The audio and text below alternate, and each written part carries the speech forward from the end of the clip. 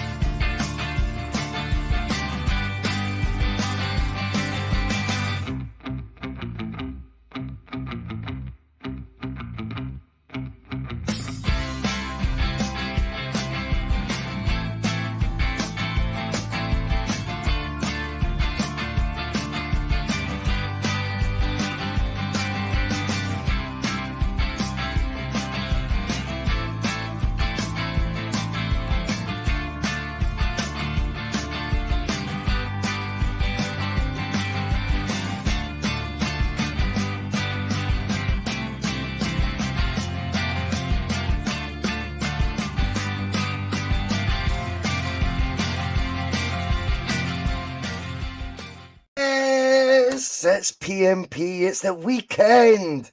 We've gone Sunday, Wednesday, Saturday with 2 away from home. It's been a good week, mate. Terry Robb joins me with some P.M.P. Celtic into the semi-finals of the Scottish Cup, where no matter what team it is we face, they're all diddy teams that are left. Terry, it was a good day at the office, my man. How are you? It's good to know that you're doing the podcast for Canada because you've got the same connection as Liam by the looks of things. Are we not good? I think it's an improvement, to be honest with you. I've no idea what's going on. Nah, blurry. You sound all right, though. Don't know. No idea what's happening. Yeah, looks all good from my side. Today, Bhoycie, another chapter in the tales of Tynecastle. And started his reign at Tynecastle with a 2-1 defeat to Hearts. There was trepidation, cynicism, scepticism. Then we had that 4-3 game towards the latter part of last year, where I think many people felt that was the point where this Celtic team really came of age and we knew that we were watching something special. Mm-hmm. Fast forward to today, you've just watched Celtic go to Tynecastle and just swat Hearts aside with consummate ease. They never laid a glove on us. I think that's where we're at now. We're at the point where none of these teams can even challenge us. They can't get close to us. The only question I need, Bhoycie, we're no longer talking about singles, and we're no longer talking about doubles. We are talking trebles. Trebles is the only thing that we're talking about here. And I'm just going to do a wee treble here just to get the show off and running. I love it, Terry, mate. This is like this is happening. We're on. This is going to be the sweetest of them all. Honestly, when this treble lands, this will be the sweetest of them all for me. Yeah, absolutely. After all the bluster from Rangers and Mickey Beale and everything, no, I just can't wait till this one. This one is signed, sealed, and delivered. Love it, Terry. We'll get into that. Why it's going to be the sweetest one for our Terry. Before we do that, all that good stuff. I'm still working on getting Phil just to do a wee voiceover for this bit, Terry, from now on. So just push a button and it's just Phil doing all that good stuff because he's so much better at it than me. But I'll try my best. All that good stuff. Hit subscribe if you've not hit subscribe already. 3,444 have already. So why don't you do it too? Cost you nothing. If you want to become a Bhoycie Bus member, that's $1.99. It's totally optional, but the likes that Kevin 14 have, Stubbsy's Horse, 1888, CFC, Craig A, he's a member. Who else? Gary Brown, there's loads. Monty, hundreds of guys. Can't thank you enough. But all the content is free. It's totally optional. Everyone's saying hello to you, Terry, in the chat, by the way. Nobody's saying hello to me. Just wait. Hi, everyone. Bhoycie, am I still blurry? Oh, aye, blurry as anything, mate. I've got used to it now. You're like, No idea what's going on. you're like Liam the Punked Up Warlord for Canada. That's what it looks like, to be honest. In fact, he's sorted his out, so it's just you lacking. You're a wee bit clearer now. Oh, no, it's gone again. I don't know what's happening. No idea. I've got the cable and everything plugged in. I'm doing my best here. Ugh, don't worry about it. Who cares? Nobody cares, mate. What else have you got to do with all that good stuff? Share it. Buy a shirt. Hit the like button. Buy a shirt. Yeah, buy a Bumblebee shirt. Why not? Oh, by the way, ours arriving next week, Terry. I'll get yours posted out to you next week. It's exciting, eh? They all arrive this week coming. So in the next 5 days, I'll have them and I'll just get them all packaged up, posted out as soon as I can. And you'll see the team wearing them. Once we do that, I expect a wee bit of spike in sales because you realise how smart they are. And then we'll get the order in and that'll be it. Another wee project done on the bus. But there they are there. If you are interested in buying a shirt, they're absolutely minted. Loads of, the wee shield in Vogue and then the wee double doon sign at the bottom. Beautiful bumblebees and the same amount of hoops as the 125-year anniversary. Kit. It's class. So all you need to do is PayPal crookedarm@ymail.com. 40 quid plus optional postage if you're in a position you can afford that. Or you can drop me an email at crookedarm@ymail.com and I'll send you a wee reply with bank details and that. Do you know what I mean? Also, piesports.com, tasty 12.5% discount at the checkout. We've all been Philly pies recently because of our friends at piesports.com. Do not miss out. Get on their website and check out their wee tasty treats. Right, enough of that shite. Let's get into it, Terry, because you're absolutely right. You got Tynecastle. It's a game that you naturally associate with being one of the sort of games I look forward to from a competitive point of view. I think it's, and even today, I'm still convinced they are the third best team in the country at this moment in time. But we're miles away from them all, Terry. That start today, we should have actually, or not should have, but we could have been a goal up in 30 seconds. Rio Tech had stung the keeper's palms by then already. And then it's 1 minute, 50 odd seconds, and Aaron Mooy, I mean, I should have really won the yellow t-shirt again. Man of the match, Aaron Mooy, I should say. Slots at home, brilliant ball in for Jota on the half volley, cushions it into the roof of the net, mate. It was a brilliant way to start the game. Everyone knows how we're going to start games, Terry. It's just how you deal with it, mate. I don't think anyone knows how to deal with it. I think this one though, Bhoycie, this was the quickest of quick starts. This was the favourite for the Greyhound Derby coming out of the traps. We had 2 shots on target, or 2 attempts on goal, sorry. One which was on target and one which went over the bar within the first 55 seconds of this game. Can you comprehend that? 2 attempts on goal in 55 seconds. Man. Then we take the lead. We take the lead in 2 minutes with our 3rd attempt on goal in the match. And as you say, Mooy involved again. Wonderful finish, and nicely set up by Jota. But at that point, I mean, when the draw came out for this game, you're probably looking at this as the second toughest obstacle that we could have had. And I know that some Celtic fans were sort of bemoaning the draw and looking to see what other teams got and that kind of thing. I started to look forward to today. I have to say, I'm almost a bit disappointed in terms of what Hearts brought to the table, because I was expecting it to be an end-to-end thriller, a little bit like that 4-3 game that we had back in October of last year, but it wasn't. And once that first goal went in, certainly for me, I just didn't see any way that we weren't going to stroll to victory. Hearts huffed and puffed, but at the end of the day, there was absolutely no stage of that game where there was any doubt as to what team was going to be in the hat. the next round. And this is going to be an interesting draw. I'm not sure if it's done tomorrow or if it's done on Monday night after the last game. But there's going to be at least 2 championship teams in there. With any luck, there'll be 3 championship teams in there along with ourselves. Wouldn't that be a nice little draw to look forward to? Oh, I don't care which one it is. Honestly, they're all diddy teams too, as far as I'm concerned, Terry. I'm telling you that right now, mate. But I thought actually when you're talking about it could have been like an old-fashioned sort of cup tie at one, you were hoping for, or not hoping for, but you could envisage it being that. Celtic got off to that start and you thought, fucking hell, here we go. And it was actually the manner we were retrieving, winning the ball back. That's what I actually tweeted about it when I was watching it. We seem to be getting the ball back. It was like within 5-6 seconds almost at will. We would just Hearts would have the ball and we would just take it straight back off them. I just thought it must be exhausting them.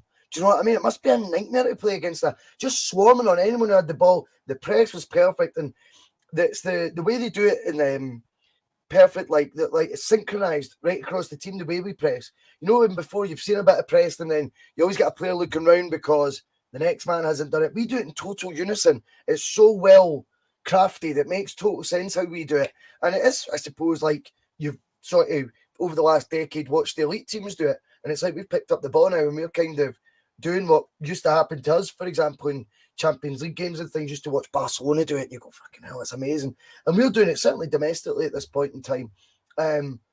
Boy, so take it back a step to the lineups. How did you feel when you seen Haksabanović's name in the lineup? I was excited. I was thinking, yes, this is what we've wanted. He's had his cameos. He's looked as if he's ready. He's ready to go here. Let's see him in a full 90 minutes. And other than his involvement in those first 2 or 3 minutes, where he was involved in some nice exchanges around the edge of the box and things like that, it kind of didn't really happen for him. And it almost feels similar to where we were 2 or 3 weeks ago with Turnbull, where Turnbull had been coming on at the end of games, scoring goals, looking good. Then we're starting to go, oh, do you know what? I think Turnbull might be due a start here. Then he gets a start. He doesn't take his chance. And it's just a strange one. It seems to happen with all of these players that are coming on. They look brilliant when they're coming on. Then you're chomping at the bit. You really want to see them. I was so excited to see Haksabanović today because I think he's a lovely footballer. And then I'm thinking slightly disappointed because it didn't really happen for him. He was involved early doors, but after that he kind of petered out a wee bit. And I don't really know. I don't have any answer for why that happened. Well, it's an interesting one, but what you need to bear in mind with that, Terry, is this boy started, it was his first start since November. Yeah. It's March. It's a long time to go without starts. I was trying to temper the sort of expectation that we've maybe put on the likes of the fullbacks who came in midweek, for example, and you go, look how, rusty they are because they've not had these starts. And I don't blame the manager for not starting some of these guys either. We've got trophies to win. We can't be just dishing out starts willy-nilly, not because they're poor players and they would cost us, etc. But Andrew's got to do what he thinks is best for the team, and he's got to focus on getting results. But that means sometimes there can be longer spells combined with injury, not in the first team. Haksabanović today's first start, he didn't. I don't know if I don't know. It's hard to put my finger on it. Do I take much away from it though in a negative light? Probably not though either. I just think I just hope that maybe with Maeda out, you'll persevere and give Hacksaw the start maybe, the next game and the one after that until Maeda's sorted back, and then have a balanced decision to make whether it be Haksabanović is now fully match fit and in form, and then Maeda is his go-to guys back, and then let them compete, and it'll be a fair sort of competition for the jersey then. Craig A comes in 5:29. Cheers, mate. It's so cutthroat. It's so cutthroat.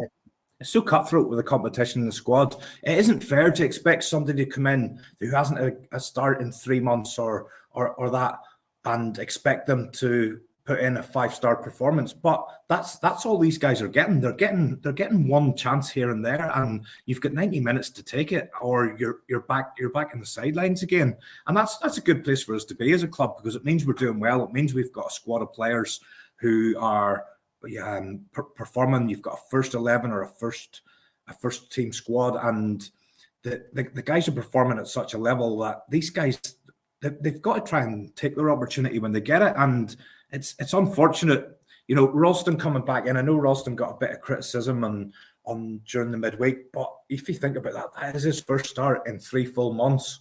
And if you put yourself in any other job, if you've not actually been there for a few months, coming back, or your first day out, even after a week off, your first day back, you're kind of reacclimatizing, getting into it again, getting into the swing of things. But those guys aren't getting a chance for this. You've got to come in and take your chance with both hands when you're getting it, or you're just going to find yourself back on that bench again. Totally, mate. It's the cutthroat nature of it, and that's what having that for every position. So, aye, I'm all for it. But aye, big hacksaw, poor display today, probably. Do I read much into it? No, not at all. I've seen enough for him to be pretty convinced that he's an asset to have in the pool of 16, 17 that are going to be regularly involved on the pitch on match days. So whilst we're 1-0 up, Terry, I was talking there about the traditional cup game, and Hearts did come back into it at that point. Brilliant save for Joe Hart. Now, if my memory serves me right, the penalty call, that's when it's still 1-0, where Johnston plays the cross. Aye, it is. Johnston plays the cross, and then Andy Aldi just wipes him out. Yeah, 1-0. Right? Yeah. And that moment is where that result today could have changed even more, because we'd have been 2-0 up by that point with the penalty inevitably being scored. I'll be presumptuous on that, even though our track record of penalties is a bit checkered. But that, for me, I cannot understand how that's not looked at. I know we say this shit every week, but let's just look at that penalty in isolation. I'm not here to bitch and moan. I'm delighted with the result today. We're just going through it chronologically. That moment in time is 1-0. They've already threatened our goalkeeper. Joe Hart's pulled off a wonder save on 20 minutes. That penalty was crucial to us getting awarded that at that stage in the game, because it was the only spell during the 90 minutes Hearts maybe felt they had a bit of momentum. Why is that not looked at by VAR, Terry? Let's try and work out what they think they've not seen. No idea, Bhoycie. Absolutely no idea. Joe Hart, just touch on that. We talked about some minor flaws in his performance in recent games, but that was an excellent save, and not just the save, but the awareness to get back up again and get the ball to safety out for a corner. And during that was it during the first half or was it during the second half? He was playing in front of the Hearts end. I'm not sure to be honest, but anyway, Hearts have. I read in some of the second half. I read in some of the notes that they've now housed their ultras right behind one of the goals, and we'll maybe touch on that later about some of the behaviour of people in that end. But I thought that was excellent from Joe Hart, not just to make the save, not just to sort of stand there on ceremony and go, wasn't that a great save? He was straight back up. He was getting that ball out to safety. The penalty incident with Ralston, I've absolutely no idea why. Even in the commentary, Michael Stewart was commentating on the coverage that I was watching, and I'm normally okay with Michael Stewart. I think quite often Michael Stewart talks a lot of sense. He's different when it comes to Hearts, Terry. That's probably right. I mean, I always think he talks quite well of Celtic, and he's quite reasonable and sensible. But what he said was the tackle didn't really matter because Alistair Johnston had already made contact with the ball and crossed it in, so therefore it didn't really matter because it didn't affect what he did. But that doesn't matter either. I mean, if you walk up and headbutt somebody who doesn't have the ball, does that mean it doesn't count because the ball's somewhere else? Of course it doesn't. I just thought it's just one of those moments we see. He's just made that up on the spot. Let's just get it abundantly clear. He's just a fan talking shite, right? That's all he's done. He's just went from a fan's perspective. He's forgotten what his role is. And impartiality is a bit of a talking point right now when you're in the media. And Michael Stewart's just basically waffled bollocks. All he said, he just made up a rule, a law in the game. It doesn't exist. He's still got his crossway. Think how many, Terry, at the centre circle play a pass, then get caught late and it's a free kick. What is he talking about? He's just talking shite, right? Nobody cares, Michael. But that, though, isn't the focal point or the focus of my point. That's irrelevant what Michael Stewart's saying in that commentary box. There is the reason VAR is in is because the ref might have missed that as he'll be following the ball, right? Fine. The whole point of VAR is to go, right, you'll miss something, we're going to need you to have a look at this, right? They took out, he's wiped out, it's not subtle. It's not Didn't look at difficult for them to have spied this. It's the whole purpose of VAR to be there. And that was you need to remember, a crucial point in the game. Yes, Celtic, we're just lucky in the way this season, not like Mickey Beale calls us lucky, but we're fortunate, I should say, that we're that good. We're overcoming all these silly things, Terry, right? And that's me not trying to be overly biased. I'm inclined to be a bit biased, but not overly biased. The fact is, we're overcoming these hurdles because we're being brilliant. But one day you can come unstuck. This is a one-off game, a quarter-final of the Tennis Scottish Cup. Our boys been halved in the box, no VAR check. I mean, is it 1-0? As you just said, Joe Hart's just pulled off a worldie of a save. This game's on a knife edge, technically. Do you know what I mean? When you look at the score. Why are we not getting afforded the opportunity for that to be relooked at? I don't understand. It's not a subtle one. You do understand. Obvious. You do understand. We're Celtic and they don't want us to win. Sure, it's as simple it has to be that, though. It's as simple as that. I'm probably falling into a little bit of a trap here, Bhoycie, where I'm now seeing things like that. And you know what? I'm just saying, fuck it, I can't be arsed anymore. I don't care. We're going to win anyway. We're just at a point now where we're so much better that these decisions that these idiots want to make or not make, they don't matter anymore. But you're totally right in what you're saying. Someday, probably in the near enough future, there will be a game that is tight. There will be a game that's in the balance, and there will be a game that we lose. And in that game, there will be a decision that goes against us. And then if we talk about it, we'll be accused of all sorts of paranoia and mad stuff and all that kind of thing. I've absolutely no idea why that wasn't even looked at. If we fast forward towards the end, Cameron Carter-Vickers' goal, of which there was absolutely no doubt in any part of it, took almost 90 seconds to be approved by VAR. Yet VAR didn't look at that decision or that incident where our fullback, as you say, was scythed in half. This is it. I look at stuff like that and I forget that. I don't know if they're going to use this because, you know, is a penalty awarded for a foul? It's still the same principle what a foul is, whether it's in the box or not. It's just the outcome's different. If it's in the box, you get a penalty. If it's outside the box, it's a free kick. A foul is still a foul, though, right? And I don't know. They seem loath to try and give us a decision like that. Tell me this. What's your knowledge of the rules like, Bhoycie, of football? I want to ask some come into my head here that I want to ask, and you might not know the answer, but some of the guys in the comments, some of the guys in the comments might know, right? So see the way this thing happens where the linesman doesn't put his flag up for offside, he lets play go on and then puts it up about 20 minutes later. What happens in that incident if somebody goes in and absolutely wrecks another player? Like wrecks him with a violent challenge. Does that then get wiped out if he puts his flag up and it then winds back beyond that situation? Or does violent conduct get treated differently? So say, for example, there's an offside, the linesman lets it go, the goalkeeper comes out, 2-footed challenge in the chest of the guy. It would be violent conduct, it would be red card, it would be 10-match ban. But because play then gets wound back before that incident, does that then get wiped out? I don't know. I think it'll happen sometime, but I've kind of just been thinking what happens in that scenario, because you've seen players get booked, and then because VAR intervened before that booking, the referee's standing there and he's going like that, so the yellow card doesn't count. I'm just wondering if it's totally violent, does it get wiped out or does it still count? Yeah, I'm not entirely sure, to be honest with you. I mean, the other one was, of course, where midweek, when we gave the penalty away against St Mirren, or was that last weekend? I'm losing track of the days. My Hearts was midweek. St Mirren was last midweek. St Mirren was last weekend. It was 4 minutes to make the penalty call. What if Celtic had scored in those 4 minutes? Do you know what I mean? Which could easily have happened. Oof. Oh, and it is going that way. But anyway, we don't want to dwell on VAR too much because we do it every other week normally as well. But that decision anyway could have been costly. Turns out it wasn't. But it doesn't mean you don't call it out because we won the match. You still got to highlight it. No, we don't have to, but I would rather highlight it on the bus to at least be a wee bit consistent. Then we just get that moment of magic. Yet again, Aaron Mooy's involved in the goal. I would love to know how many of our cutbacks that have led to goals, Aaron Mooy's played the sort of initial pass to the wide man who's doing the cutback. So often you see it, just to be prodded outside of the boot.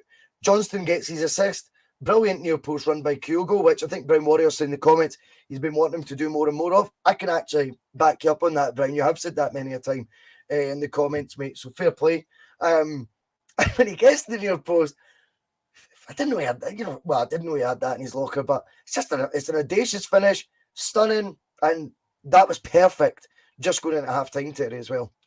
It's that computer game goal we spoke about. It's probably not happened just as often down the right. It's been more prominent down the left. But you can just imagine Ange's sitting there. He's sitting on the sideline in the dugout with his joystick. He's just doing the manoeuvres out as you say, Mooy to Johnson overlapping into Kyogo into the back of the net. Yeah, it was a really cute, adept flick, but absolutely brilliant finish.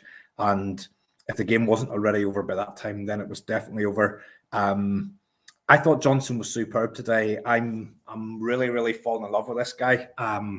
He's now one of my favorite players, Bhoycie. One of my favorite players. I just absolutely love him. I don't know. He's only been here a few months. He just epitomizes everything that you want in a Celtic footballer. He just, like so many of the guys that Ange has brought in, and Ange himself, in a very short space of time, you just know they've got it. They know what this club's all about, and I absolutely love the guy. Love him, and you can't imagine a Celtic team now without Alistair Johnson in it, and it's really difficult to even remember like the Croatian international right back. And no problem for me. He's just gone, and who cares anymore? Here's a wee, just when it's in my head, here's a wee strange one. I was watching, just before we came on, I was watching a wee bit of the German match that was on. Dortmund were away to Schalke. It didn't even strike me, and then big Moritz Jens appeared, and I was saying, oh fuck, I forgot all about him. So of course he was playing against Dortmund there. I'm not sure what the score is now. It was 2-1 to Dortmund just as you and I came on live here. But big Moritz, I was watching it, I thought, fuck, I recognise that big tall guy there at the back. From the good old days, mate. And it's big Moritz Jens, like, and it's just, but how quickly have I forgot about those guys the moment they walked out the door. But it's only a month and a half, and Moritz Jens is gone. I don't ever think about him. Juranovic is gone. Don't think about him.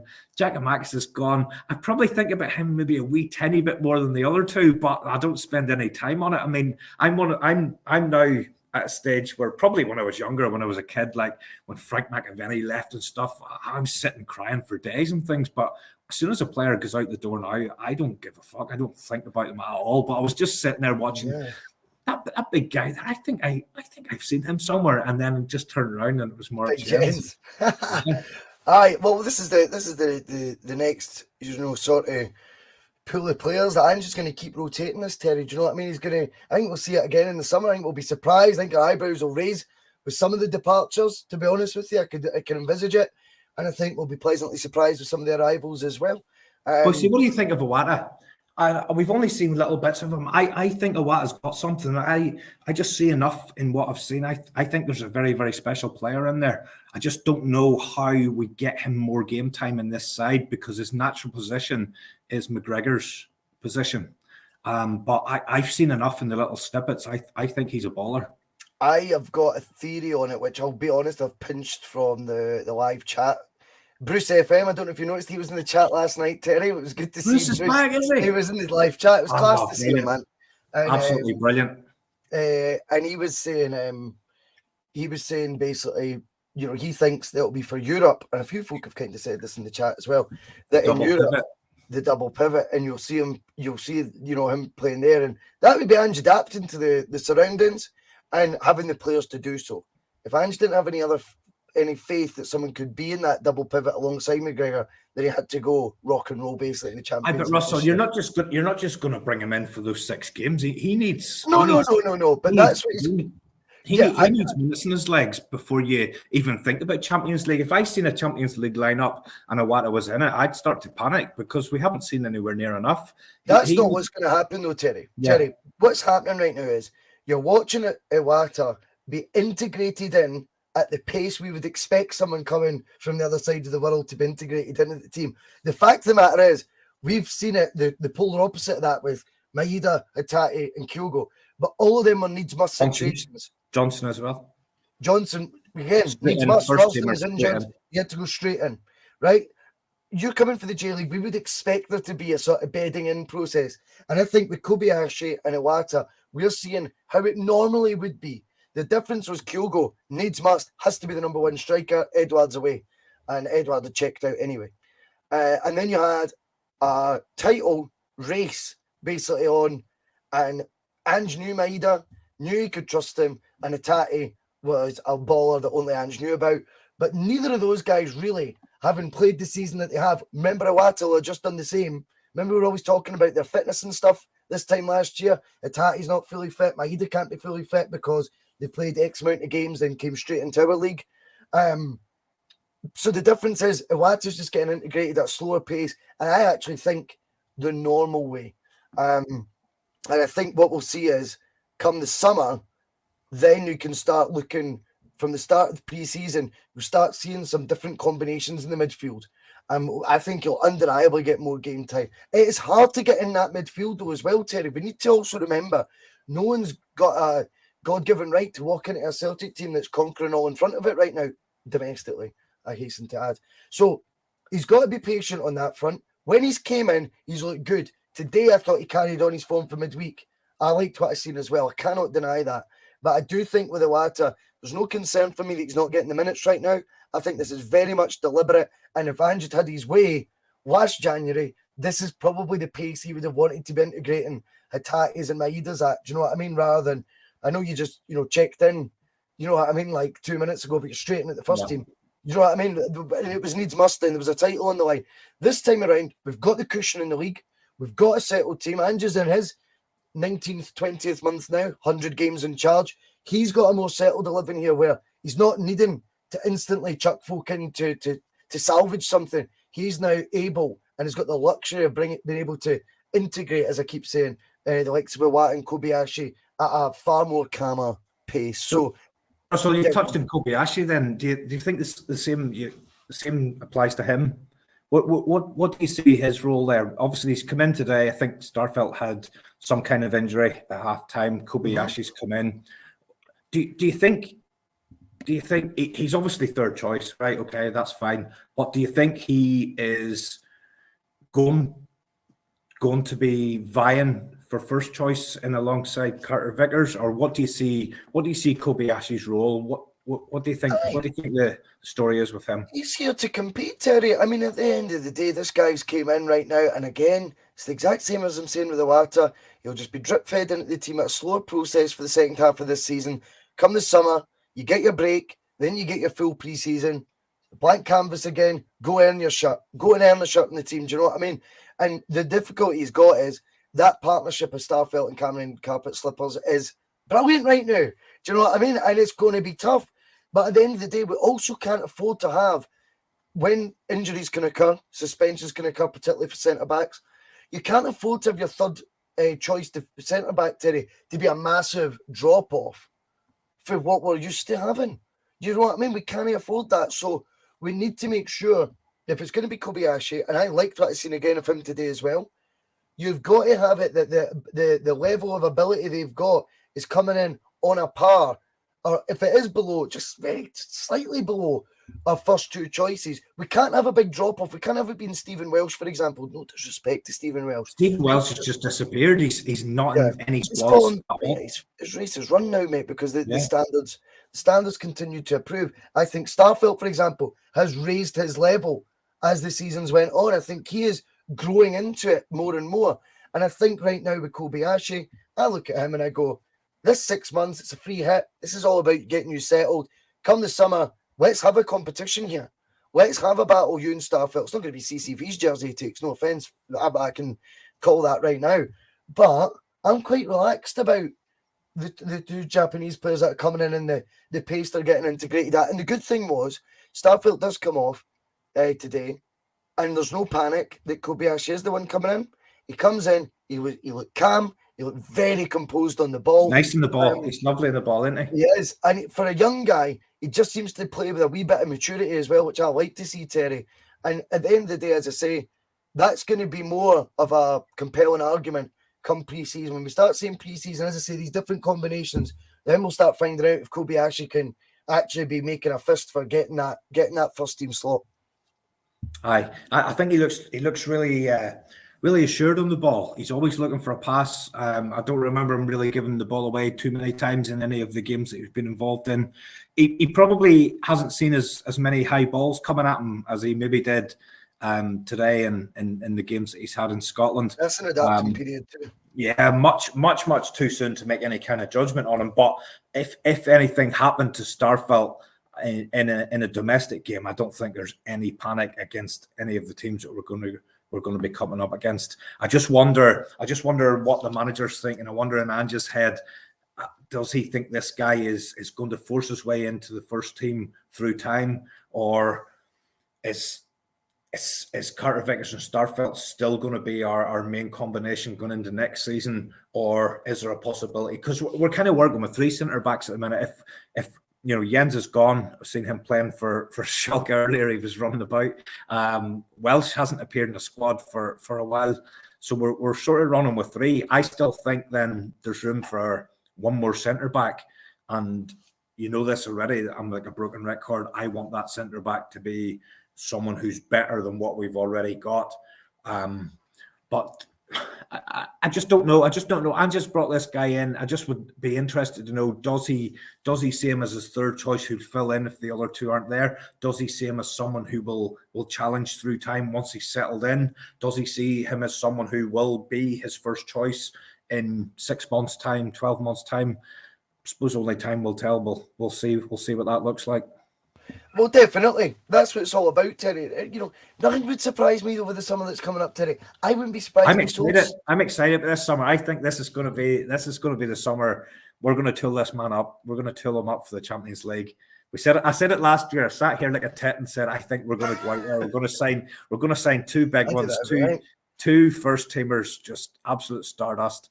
We're definitely going to do it this summer. There's two big ones coming in. I think there'll be less incomings, but I think there'll be absolute quality. That's what I'm hoping for anyway. I'll be very, very disappointed if we don't do it this year, because everything's aligned, Bhoycie. The finances are right. Everything's in place. It's this year or never. It's this year or never. If we don't try and move on to try and make some kind of inroads into that Champions League, if we don't do it this year, I'm never going to see Celtic doing it in my lifetime anyway. I'll tell you that. I know what you mean. Definitely.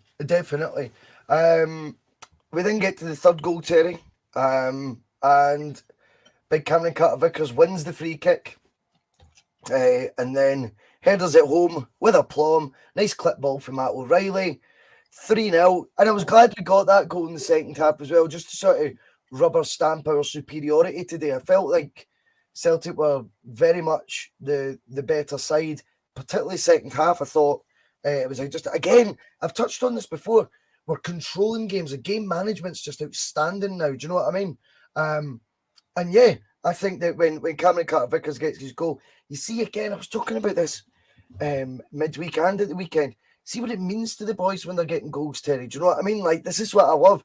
You're going to hear a million links with Cameron Carter-Vickers to the EPL between now and the start of next season, right? A million.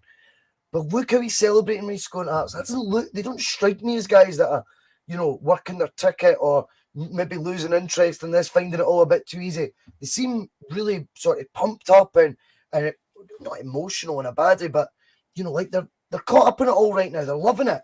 Do you know what I mean? I just don't think these guys, a lot of them, have their eye on the exit door as much as our better players in the past have, if that makes sense. Do you know what I mean? I think we've often looked at some of our better players, Terry, and let's be quite clear on this. Cameron Carter-Vickers is fucking top notch for Celtic right now. He would have walked into any team in the last 10 years, any of the Celtic sides in the last 10 years. Tell us this then. I know I agree with you, by the way, but how come? Thanks. How come all of these moves that he's had previously? How come none of those clubs have actually then taken him on? You know, he's had 6 or 7 loan moves before he came to Celtic, yet none of those transpired into a permanent move. I struggle to see how nobody has tried to nail this guy down and get this guy in before Celtic have. I'm absolutely delighted that they haven't, by the way. And I agree with you. I think he's absolutely top drawer. And it was great to see him get a goal today. He won that free kick and then he put the finishing touch on it. And you probably take a lot of his performances for granted because he just cruises through games. He's just an absolute Rolls Royce. He's a beast of a man. And I just don't understand how we got the opportunity to sign this guy, because I can't imagine, I don't know all the clubs that he was at, but even at Bournemouth, he was playing for Bournemouth the year before he came to Celtic in the Championship. I can't imagine him playing at a level below what he's playing for us, because he's an absolute 7.5, 8 out of 10 every single week. I can't imagine he's been at a club before where they haven't thought, oh, we want to sign this guy. You know, this guy can do it for us. I just don't know how he's got to this stage where he was just getting punted out by Spurs season after season to club after club. Aye. I don't get it. Either at some point Spurs must have considered he's going to get into our team, or why did they keep punting him out, and why did none of those clubs try to make it permanent? They've got to sign a £20 million player for every position every summer, Terry. Do you know what I mean? These leagues, it's not. I don't know. I think sometimes Spurs weren't hard to deal with, Bhoycie, from without obviously knowing the ins and outs of it. They got in touch with us in terms of trying to get him. They got in touch with us, Terry, at the last minute of that window to say, by the way, he is available now. So that was them who proposed it to Celtic. We actually got we got lucky with that one. I think Celtic had interest. He was maybe weighing up his options. Spurs were maybe trying to ship him out permanently. And then it got to like the last hour or two, a couple hours of the window. And Spurs were like, fuck, nobody's going to buy him. It was that one. I remember getting up the next morning and you knew we were working on Giakoumakis. You knew we were working on Jota. I could be talking totally shite here, but I think all of those were deadline day signings. Jota, Giakoumakis and Carter-Vickers. We were working on Jota and Giakoumakis. That was in the press. You knew that was happening. I went to bed that night and stayed up quite late. Got up the next morning just waiting to see the rubber stamping of Jota and Giakoumakis, and then you've seen this American flag. Oh, we've actually done Carter-Vickers as well, and I didn't know anything about him, but he had been linked in the previous window. He'd maybe been linked the summer before, and you're just going, oh, this is somebody we've been watching. We've had a chance. I don't really know anything about him, but just watching him, I just don't know how we got the opportunity to sign the guy. I really don't. Well, you know, it works two ways as well. You've got to remember he's been at 8 clubs or something like that before he's been at Celtic. Celtic's been very good for Cameron Carter-Vickers as well. Back in the national team or squad, he's played at a World Cup now, Terry. He's played in the Champions League, having played at Celtic, and he said his first ever 2 seasons being the number 1 centre back in his whole career. What is he, 24, 25 maybe? Do you know what I mean? He's quite late for this to have been his first 2 seasons ever being a first team regular 2 years in a row. He's probably amassed 90 games at Celtic now. By the end of this season, he'll have clocked up 100 appearances, including Champions League, including a spell at the World Cup, like I'm saying there. Like, you add all these things together, it's been a good fit for Cameron Carter-Vickers as well. Yes, and maybe sometimes as well, you need to remember this. See, when you've been on loan 6 months at a fucking Bournemouth and all that shite, do you know what I mean? Sometimes you come up to Celtic, Terry, and you go, do you know what? This is actually a big club. Do you know what I mean? This is far bigger. The clubs he's been farmed out to, and as you say, 6-month, 12-month loans. I've probably been sucked into this thing where, because teams have been in the English Premiership and they've got bottomless pits of money, you start to think of these as big clubs, but they're actually not. They're absolutely tiny. I mean, Bournemouth are fuck all in terms of club size. Yes, they got into the Premiership. They've been on that gravy train. They've that sort of Hull City, Stoke City players choose teams like that because they know they can go there and get ridiculous salaries. But those clubs against a club like Celtic in terms of size, it can't be underestimated, the size of the club. And as you say, when he scores that goal, you see the delight on the faces. Every single player that's playing at the moment in that team looks as if they couldn't be happier with what they're doing and where they're playing. Terry. Let's just to focus on Cameron Carter-Vickers. One other aspect of it as well, Terry, is the likelihood of interest he would have in him would be them back down the road, right? That would likely be the sort of clubs that are after him again. Bottom half English Premier League. And he'll know these clubs every window go and spend 10, 15 million pounds on each area of the park. Every window. Do you know what I mean? That league spent over 600 million in January alone. They spend over $1 billion in the summer, Terry, these clubs. He could find himself back to square one again. Back to going, Well, it seemed a great idea at the time joining, I don't know, Aston Villa, right? But they've went and signed two £20 million centre-backs 6 months later because they've changed manager again. Because these clubs change managers all the time. And before you know it, he's getting punted out on loan to a Stoke City, as you're saying there. And he goes, I don't want to go back to doing that. He's done it, mate. See, when you've done it would be very different if this was a 21-year-old Cameron Carter-Vickers. Maybe like when Foster came up, for example, I knew eventually he was going to want to go back down and test the waters down south, and he got his 10 million move, fair enough. But I think Cameron Carter-Vickers, because he's been on loan at so many clubs, I know Foster was on loan, but it was just one season he got Player of the Year at Norwich. That was a successful experiment for him in League One. Then he went to the SPL for a couple of years. He probably tested the water for suitors at that point, didn't have any, joined us permanently for 2 million. But Cameron Carter-Vickers, I don't think will have the same aspirations immediate as quick as what Foster did to go down south. I think Cameron Carter-Vickers will be someone that goes, I've actually played at 8 different clubs down there. I kind of know the law of the land. I know how it works. These clubs, they're just constantly rotating managers, rotating players, spending shitloads of cash on replacements for every position, as I say, each window. He could find himself back to square one. And then you've got that thing where you're watching Celtic on the telly. Do you know what I mean? And that's got to have hurt so many players that have left us for what they think is going to be, you know, the greener grass of down south, and then end up watching Celtic Champions League nights on the telly, for example, and going, oh, I just want to go back. Do you know what I mean? I'm more relaxed about him than I would be some of the other guys. How good do you think he is, Bhoycie? I mean, let's look at the English Premiership then in terms of the teams that are down there. Which of those teams do you think he could get a game for? I'm sitting here, I'm thinking he could get a game for 60-70% of the teams down there.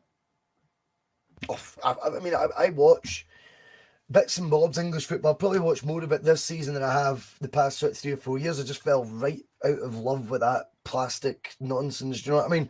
But the defenders can't defend. So often you watch the games and I'm like, fucking hell. There's not many guys that can do what Cameron Carter-Vickers can. By the way, he's a baller as well. He's very good on the ball, Cameron Carter-Vickers. But when it comes to the other side, they call him the fridge for a reason. Do you know what I mean? And even today, there's times I didn't even bother, mate. Do you know what I mean? Just see him drops that shoulder and the foot just fall off him. Do you know what I mean? But I'm not particularly concerned about his longevity in the team. I think he will be there for. You might be surprised, mate, how long I'm here for. You might be surprised how long big CCV is here for. Right, 3-0, Terry, into the semi-finals. We're either going to have an opponent from the league below or a club that knows all about the league belows. Are you quite excited? You're quite excited about the draw? Because it seems to me that no matter who we get, Terry, I fancy our chances to be in that final, big boy. Aye, I'm undecided, Bhoycie. Obviously, we expect Rangers to go through, and I'm not one of these people that talk about the other mob and the other club and all that. I can just call them whatever their name's supposed to be. Rangers, they're Rangers, whatever they are. We expect them to go through tomorrow, which then means in the hat you are likely to have Celtic, Rangers, 2 championship teams. I suppose the question then becomes, do we want to beat them in the semis, or do we want it to be the grandstand finale to the season where we lift the treble by beating them in the final? What would your preference be? Well, yeah, we were asked this at the start of the show by Craig A. Thanks again for the donation, mate. That's awfully kind of you. You saying, do you want Rangers in the semi or in the final?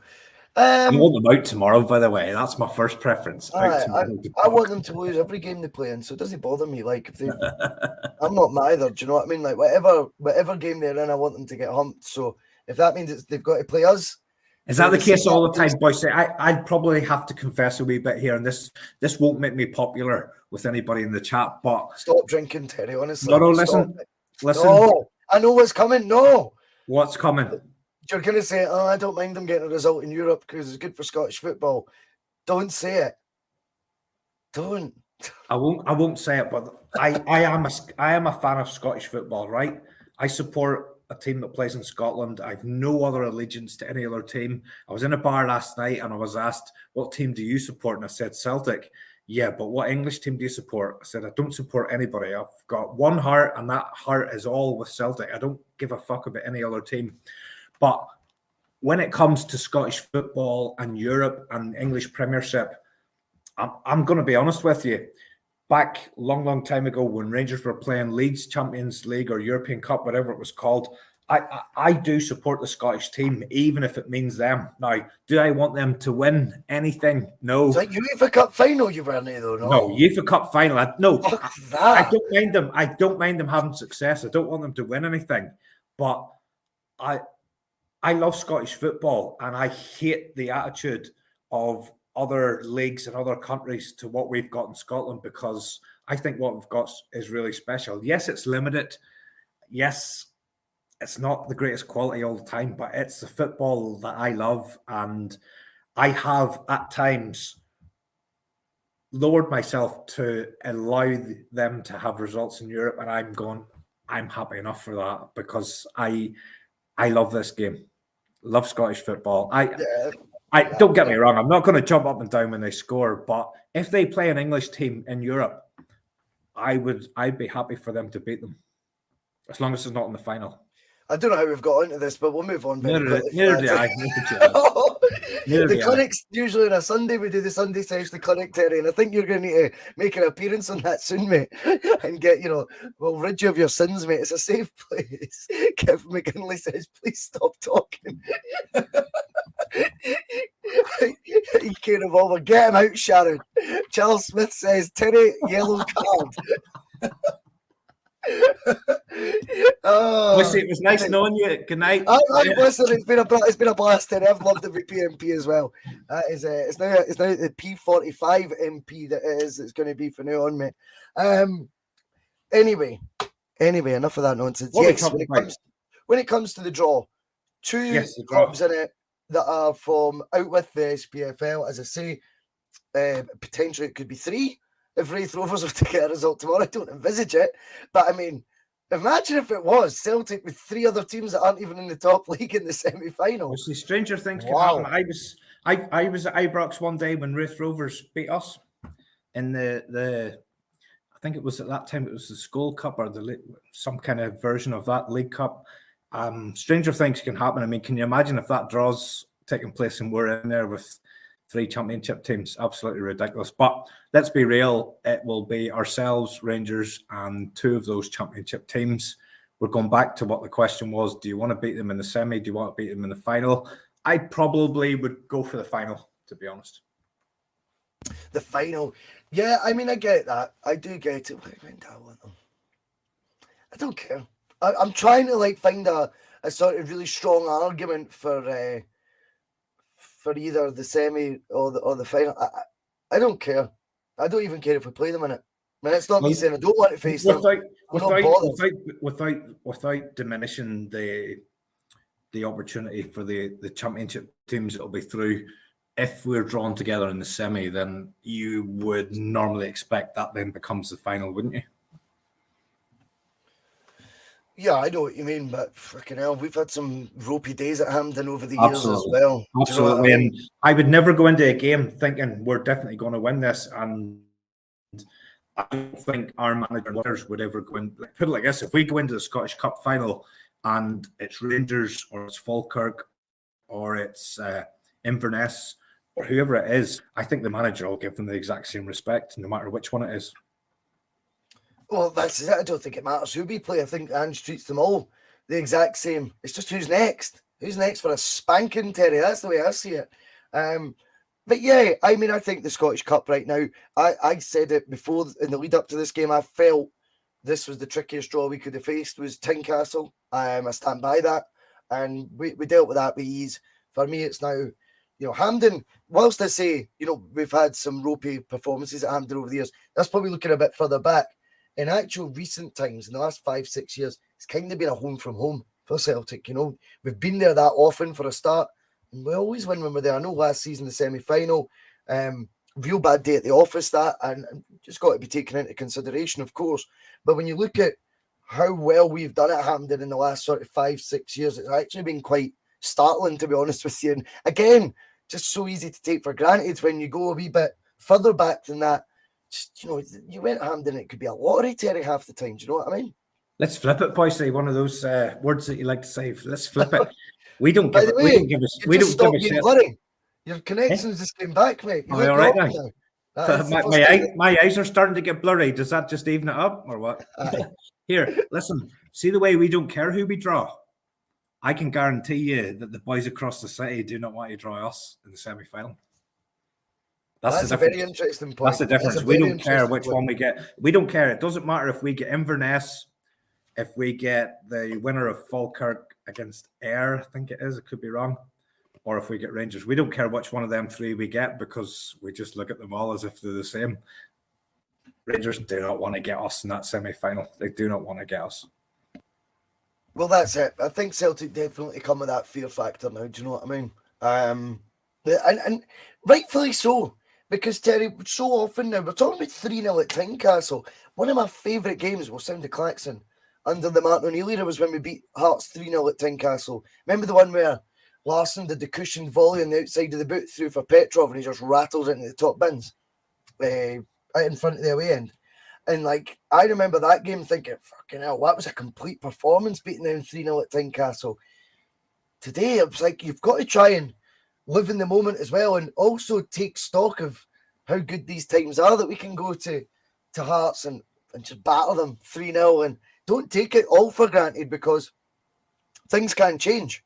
Do you know what I mean? Things can change very quickly in football and it would be remiss to not be enjoying these times whilst we're living in them because as I say, I mean, I'm looking at this, the potentials of who we could draw in the cup. I'm looking at we've still got to play our nearest rivals in the league twice. That could close the gap potentially if you lost both of them. But my mind's telling me I've got no fear of any of these games. Bring them all on. I don't know why your mind's even considering things like that, Bhoycie. It's all No, done. what I'm saying is that's just the facts. I'm saying the facts are if you lose them. But my mind's telling me you've got nothing to worry about in any of these scenarios. Here, listen. See, can you edit out that 5-minute spiel that I was talking about Rangers in Europe before you put it on the internet? Edit it out to fuck up. I don't know what I was thinking of. No, what are we talking about there? What did you say before that? No, going to Tynecastle. It's been so easy. There's a game in my memory. It's a long time ago, and it's the last time I felt we went to Tynecastle and just like we did today, we just absolutely strolled it. And I think we Brian McLaughlin was playing on the left-hand side, and he scored a double or something. I'm probably talking to about 1% of the people who are in the chat. There was a game at 4-0. I think it finished at Tynecastle. Brian McLaughlin scored 2. Can't remember who else scored the goals, but Tynecastle is a notoriously difficult place for us. Yes, Rangers go there and they religiously get a game that's just so easy without a challenge. That's fine. We can accept that. But Tynecastle has been a difficult place for us. I think from that game, Ange's first game, I think we're probably maximum points from there. But it's been gradually getting easier and easier each time. And the game today was just so easy. It's just difficult to comprehend. We haven't touched on it yet, Bhoycie. I mentioned it very briefly at the start. So the Hearts Ultras have now been positioned behind one of the goals. And did you see the moment where Joe Hart? There was two moments. That comment for Scott, look. There was one moment where he lifted an object and delivered it to the referee. There was a second moment where the match ball ended up behind the goal and Joe refused to go in and get it because there were supporters hanging over within touching distance of him. I'm not sure what's going on in there today. And I mean, anybody that goes to a football match and starts throwing objects at a player, and I'll include Celtic fans in this as well, you know, any person that goes to a game and starts throwing things at a player, they just need to stop. They need to stop Jim Goodwin as well. Last week they need to stop going to football. Like, what makes somebody think that it's okay to go to a football game and start throwing things? You don't go to a pop concert and start throwing things. You don't go to any other event and think it's okay for me to just throw things at the people who are performing. You just don't do it. It's absolutely ridiculous. And well, the comments are coming in, Terry, saying it was a dart that was thrown. Hi. Well, I was playing darts last night, and those darts that were thrown today were a lot more accurate than the ones that I threw last night, because Joe Hart was nearly hit by one. And imagine throwing a dart at somebody, like, fucking Can't hell. be doing that. What's Like, going on? just What is going on scary. in your head to bring a dart to a football match? Fucking hell. Like, it's just absolutely ridiculous. There's a big, this is the thing, because if it's not clamped down on, the actual, I don't want to be dramatic as a weapon of choice, but the object of choice to be thrown gets more and more severe. Do you know what I mean? If they think they can get away with it, Terry. That's just how it's going to be. A dart's that's pretty dark. Do you know what I mean? Throwing a dart at a player. And I did see Hart scoop up and he sort of raced to the referee to give him it. And stuff like that. There's no place for it whatsoever for any fan. Jim Goodwin was getting objects thrown at him the other week by Aberdeen fans. It's like, what? Your team's shite, mate. Do you know what I mean? Your chairman's a diddy. Do you know what I mean? What do you want him to do? And it's like, he's in charge of Dundee United now. What's the beef? It's just fake rage. It's just fake. It's not even real rage. It's just showing off to your pals, acting a hard man. Watched the Football Factory too many times. Maybe got the badge and the shot in the telly. Do you know what I mean? Why is football different? Why is football different? Why do people think because it's football you can do whatever the fuck you want? Joe Dart, that's brilliant. Why do people think though because it's football you can just do whatever you want? Do you know what I mean? Fuck. The Jambos. Like I'm all up for football rivalry, right? And I'll sit here and even though we've had a wee love in there for the European things and that, I will sit and I go, I fucking hate Mickey Bale, I fucking hate James Taverner, but I hate them in a football rivalry sort of fantasy land. Like if I met them in the street, I wouldn't want to attack them or anything like that. I don't wish any illnesses on them. I don't want any harm to come to them. But for somebody to take a dart if you take that dart into that stadium, you're planning to throw that dart. I mean, you're not fucking taking it for any other reason. You're not going to take it out and start looking at it and go, oh, fancy a wee treble 20 here. You're taking that dart to throw it. But why do people think that that's okay to do that in football? It's beyond me. Absolutely beyond me. I've got no time for any of that shit, Terry. And we've got complete cocks in our own support. Like, that's not me just saying it's Hearts or it's any other team. No. It's just the example of today. And that's what we're talking about today's game. It happened today. It's interesting. Another talking point, Terry, before... Well, we'll do a wrap-up. Yeah, plenty of time. I might need a pee. That's all right, mate. I'll just talk. That's two trebles. Two trebles, mate. No, two trebles isn't easy, Bhoycie, on the old bladder. No, I wish this was just fucking water I'm drinking, man. In fact, could you talk for yourself for 30 seconds? Aye, on you go. I'm going to have to go now. Aye, so obviously, I can see David Kelly's coming in and saying, this will be, swept under the two. I don't know what that means, David, but I'm sure you're meaning swept under the carpet or whatever. And when we threw sign it, one of the Hearts wingers, it was all over every media outlet for weeks. I mean, when you look at it with these sort of things, the whataboutery's the natural thing to come up, right? But I just don't know if there's a culture. I mean, I'm all for if folk want to hang about together and call themselves ultras. Who am I to judge that? I don't. On you go. As long as you're enjoying your day out. I don't know if there's a bit of, sort of my cock's bigger than yours going on. Do you know what I mean? And it's like, look, I'll do this. And they're almost pushing each other to go to do the next sort of, I don't know, higher risk maneuver. Do you know what I mean? I hope you washed your hands, son. And then I don't know. I don't know what leads to that. But whether the media are going to cover it or not, Terry, one thing about a media blackout is obviously didn't hear from Ange via our non-friends, our enemies at the BBC. This story seemed to have caught fire. I naively today put on Twitter this morning. Do you think Celtic should just don't do an interview with the BBC? Just don't do it. Do you know what I mean? Because whether it's someone's trying to differentiate between BBC Scotland and the BBC, which I don't quite subscribe to. They're all under the same umbrella.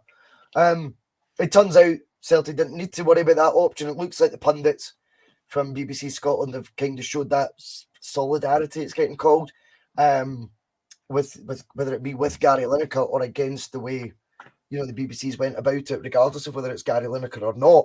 And we didn't actually end up. They ended up putting on after the game today, straight in a pre-recorded podcast all afternoon. So obviously the presenters have refused to do the show. Terry, these things I think hit home more with a club like Celtic than they do others now. I've blocked about 40 different cream buns a day on Twitter. It's been very, very good for the soul, man, do you know? But basically, the take is, from my point of view, I was asking the question because I wasn't really sure. I was just saying, do you think Celtic, when it comes to it, just a point of principle, splank the BBC this weekend whilst they're being pricks, whilst they're preventing someone from doing their job for having an honest opinion. Now, Celtic support have strong political beliefs, left, right, and centre. My thing on it is, it's not about Gary Lineker for me. I don't actually particularly like Gary Lineker, right? That's the honest truth. But what's actually happened is you're seeing, for me, it's like dictator stuff. Do you know what I mean? You can't have a point of view, or you can't say something, whereas other folk that are their pals can put up crazy tweets, do you know what I mean, and still be employed by them. And that's you going into 1984 George Orwell territory. And I just think if it had been me, I think it was like, because it wasn't just the EPL clubs that all refused to do interviews with the BBC quite quickly last night.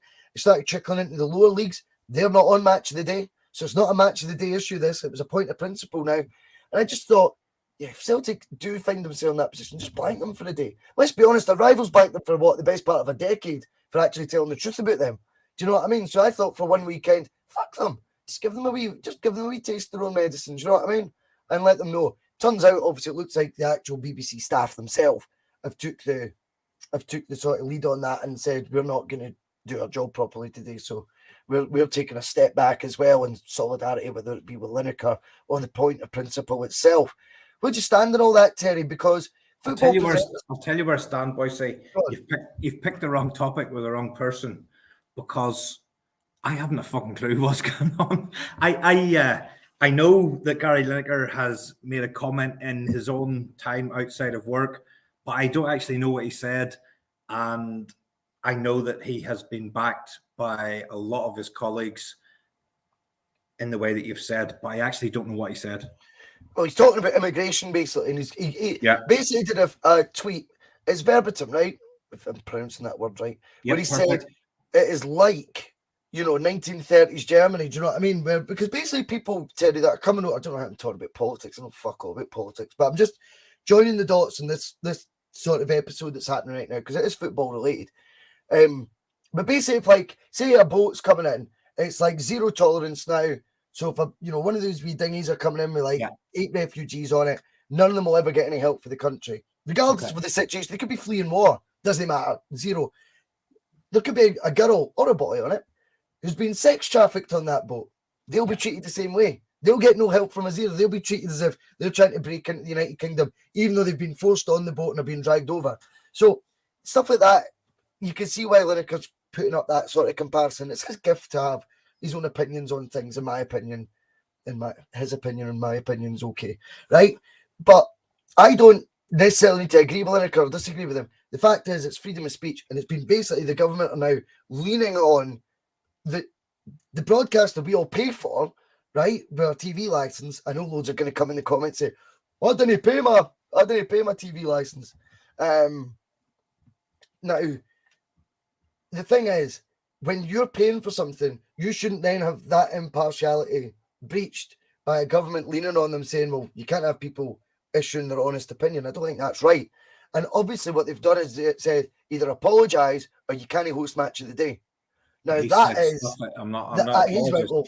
went, fuck that.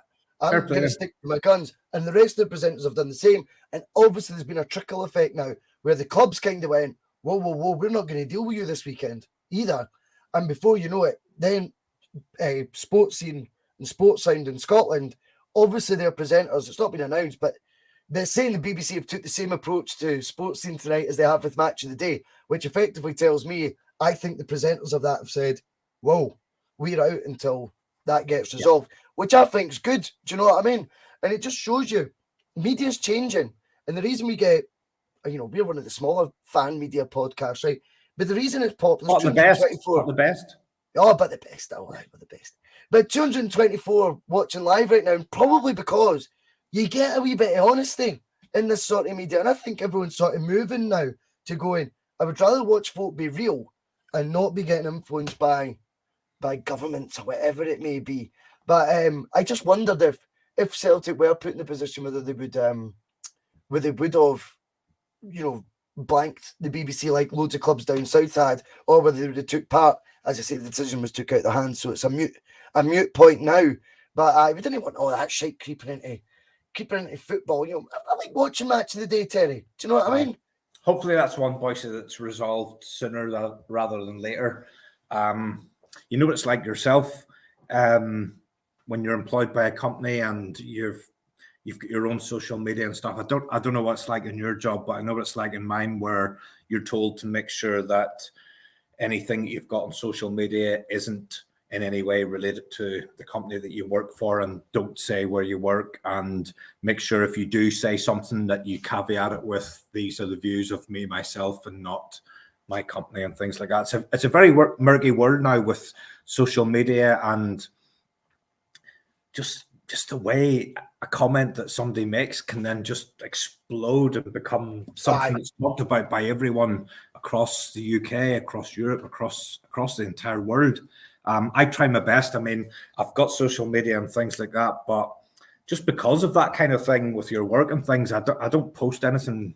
I wouldn't have anything interesting to post anyway, to be honest. At the end of the day, there's nothing I could post that somebody would be interested in hearing. But I just tend to think, oh, fuck it, it's not for me.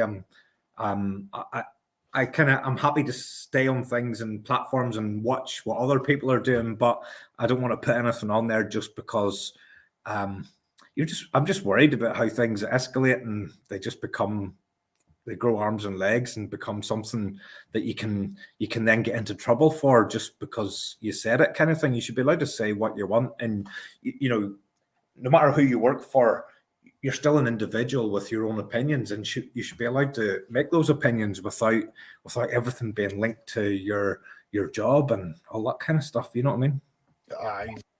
Exactly, mate. I totally agree with that. Anyway, it's back to the football, because what is next, Terry, for Celtic? So next it's hosting Hibs next Saturday. So we've just done 3 games. That's a good game. That's a good game to look forward to. 3 games in 6 days, now a 7-day break. Well earned. And we've came out it with 6 points and a place in the semi-final.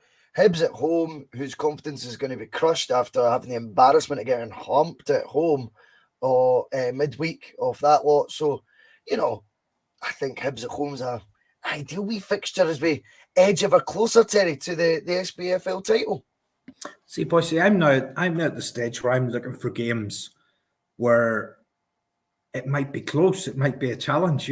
I'm not really looking for. There's just so many games now for Celtic at the level we're at, with the team we've got, with the mentality that we've got and the level of performance we've got. You're just expecting it to roll on week after week. And when I look at the calendar, I'm looking for a game where I'm thinking, do you know what? That might not be easy. That could be tricky. That could be a difficult one. They might push us a wee bit further than other teams, but you just don't see it. I think, I don't know about you, but I think you can probably look at the calendar now and you can probably realistically pick the day that the title's going to become absolutely done. I mean, we know it's done. We know it's done already, but you can probably pick the day now where it's going to be officially done, because I don't see any team taking anything off us at all. No, I mean, neither. Here's the thing. Look at this season, Bhoycie. There's only 2 games where we haven't won. And I don't know what the records are, but I reckon we're on target for quite a lot of them. 1 draw and 1... Is it 1? Oh, we're on. What is it? Record goals. We're discussing this. 1 draw and 1 defeat. 1 draw and 1 defeat.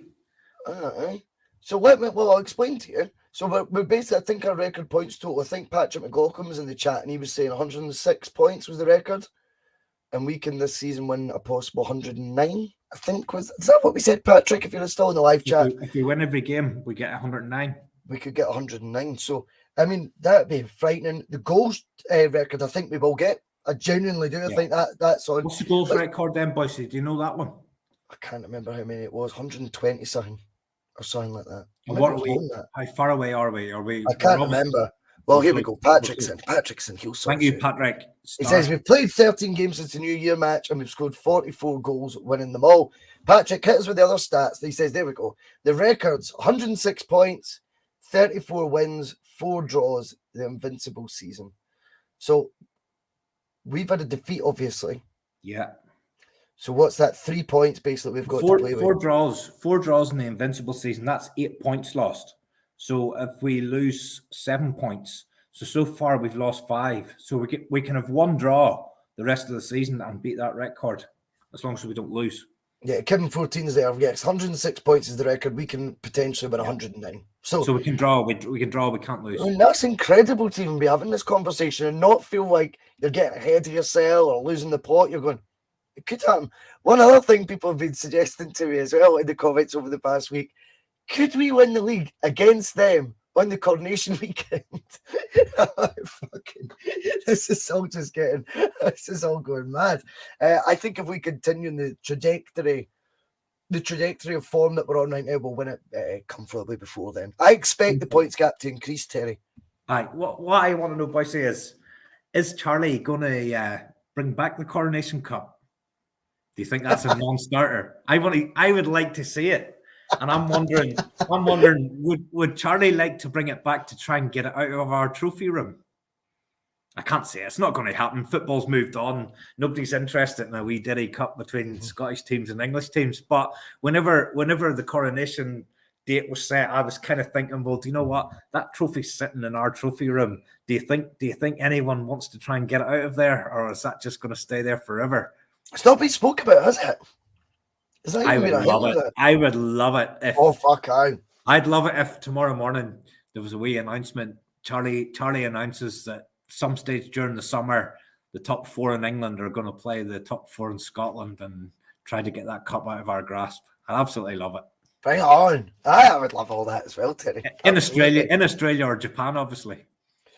One thing we're going to finish on, Terry. Kyogo hit 26th goal of the season right now. There's been comparisons made with Larsson's first couple of seasons and that seen in the chat earlier. How many is he going to finish on this season and why? What did you say, 26?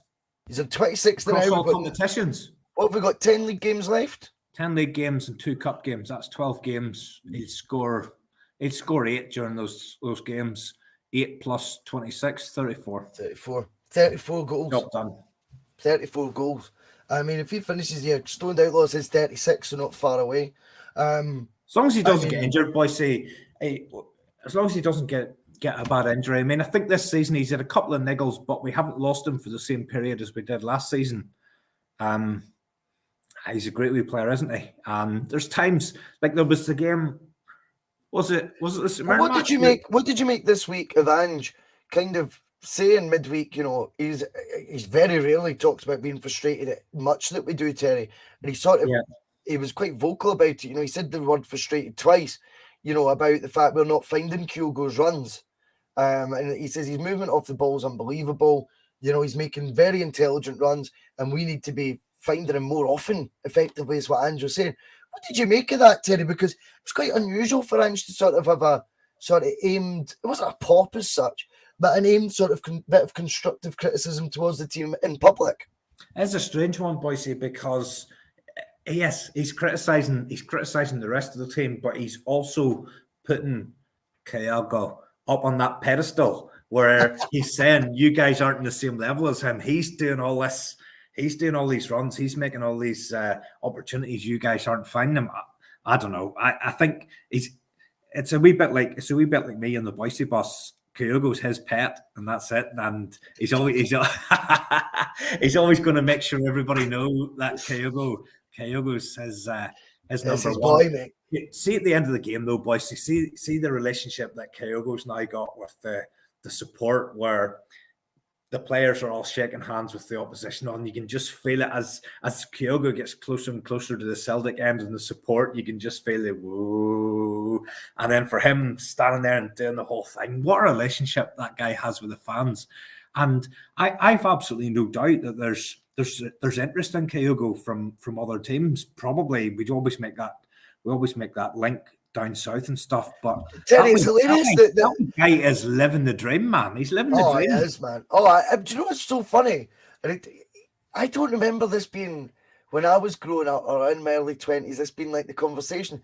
But so many of the if you watch like the Celtic media, I know you watch a lot of it, they talk about like Kyogo going, he's just turned 28, so that should work in our favour that no club will be looking at. And I'm like, 28?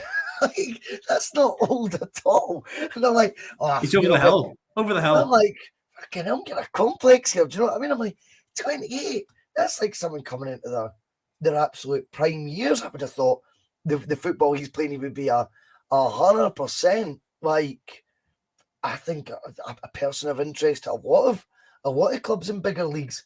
You know, having just turned 28 in January, it's not old. That's not going to rule him out of being linked to other clubs, is it, Terry? It's 28 now. You know, didn't know if I make a bid for a 28-year-old. Like, in my championship manager game, he's now 30. He scored 69 in the previous season, and I turned down a 35 million bid from Chelsea. So that's what's going to happen in the next couple of seasons. Well, there you go, mate. There you go. If there was one club linked with him, you'd want it to be Chelsea because they just chuck money at stuff. Do you know what I mean? Not that you'd want him to go, but you would. You know, if they're going to pay 39 million, I'll take that. But yeah, I just think Kyogo right now. I don't know if he feels like he's just getting a wee bit more ruthless again, Terry. You know, scoring. It's only a week ago since we were saying he only touched the ball twice in the first half against St Mirren. But Henrik used to do that as well. He's absolutely lethal when it's there. Well, I'm saying that, but in the back of my head, I'm going, fuck, he still misses loads. So is he really lethal? But his movement, and just right, his movement's absolutely superb. And there's a lot different. It's a lot different if you're at a game and you're watching a centre forward for that 90 minutes, as opposed to on a TV where you're only seeing that centre forward when the ball is at that end. I lived in Birmingham for 3 years, and again, I can't believe I'm saying this. I went to watch Villa just because it was the local team, but I didn't like this guy until I seen him in the flesh. Alan Shearer. I didn't like him. I just didn't like anything about him. I didn't like his personality. I didn't like his celebration, any of that shit. But when I watched him in the flesh, what you see off the ball, I just could not believe the amount of work that guy went through. He was up against Gareth Southgate the day that I seen him in Newcastle against Villa at Villa Park. And the work that he done, see if the ball was at the other end, like just out for a throw-in or out for a corner, Shearer was going touchline to touchline, sprinting, taking the centre-back with him because the centre-back had no choice. He couldn't let him go. He was working, and he just worked Southgate into the ground for 60 minutes. And then in the latter part of the game, Shearer was getting chances. And the chances were created by the amount of work and running off the ball he done in the first hour. Aye. And I think that's maybe where the manager's going with this thing with Kyogo. The work the guy does off the ball. He may only touch the ball twice in that first 45 minutes, but all of that work that he does is all creating an opportunity later in the game, which might then end in that joystick computer game, really simple finish. But it's took 60, 70 minutes of running to make that opportunity come about. And I seen that with Alan Shearer that day. I didn't like him. I didn't like all the hype about him. But when I seen the work ethic that guy had, I just seen him in a totally different light and had so much respect for him. Terry, it's not just the example I've got for the movement of the ball was Celtic Rangers. I was watching that Celtic part and Robbie Keane was playing up front. I thought, fucking hell, look at his movement, how he bends his runs off the ball. He was just exhausting them. He's tiring them out. He's keeping the defenders on their toes all the time. And that would be my example for your Alan Shearer's one. So see when they talk about voices, see when they talk about a striker that's always in the right place at the right time, that's only brought about by hard work and intelligence and determination and maybe spending the other 89 minutes of that 90 working that defender into the ground to make sure that when that right time moment appears that you are actually ahead of him by a split second. It's very fair, very, very fine margins, but when you see a centre forward working their socks off and then they get the rewards in that opportunity where they're a split second ahead of the centre half, that's what all of that running and all of that work rate is all about. Yeah, he's worked up to that, to finding that bit of space. He's worked that himself. I know what you mean. I just think at times, we're not a one-man team by any stretch. No one thinks that. We all know, and we talk about the qualities of individual players on a daily basis, basically on the bus, to be honest. But I just think Kyogo, a wee special mention for him today because, it's in all competitions domestically this year. He scored goals. He's, the 2 in the final just a couple of weeks ago, decisive. The quarter final, he gets that all-important second goal going in at half-time. These are important moments, Terry, that he's getting these goals. You look at the goal at Ibrox as well. That's in the league. There's 3 competitions covered. Do you know what I mean? With important goals. And that's just been since the turn of this year, Terry. So he's a game changer. He's a game changer, Bhoycie. And just got all his eggs in a basket for Kyogo for a reason. Do you know what I mean? And I think we're beginning to see since 2023 struck, the importance of the wee Kyogo, and what an infectious character as well. Absolutely love him to bits. There's nothing not to like about how he plays the game. His work rate, his effort, his actual football intelligence, the variation in goals he scores, the importance, as I've just touched on there, of the goals he scores, and then that connection with the fans at the end, jump up. You'd think he was about 15 years old when he's doing that. Do you know what I mean? It's just like, I know, absolutely. Brilliant, man. But we'll call it there, Terry. It has been a fantastic P.M.P. It's 8:15. Terry, it's great to have you in 4K vision for the last half hour of the show tonight. It's been Brilliant. good. And thank you for your efforts as always coming on the P.M.P. Thanks to everyone in the chat. There's over 250 watching right now. So thank you to all you men. Hit that like button, hit subscribe, slag my hair. Buy a shirt. Buy a shirt, buy a pie, anything else. Buy a programme on the way out, you bastard. See you there. I mean, you've all that stuff at the start. They won't be playing Tina Turner on the coach on the way home, will they? Some of his comments about me deliberately trying to cause controversy. Well, I work in the media now, and you've got someone sitting there next to you who's an embarrassment to the media profession. He's an apologist. He's a charlatan. He's a Rangers puppet. He's a cheerleader. That's what he is.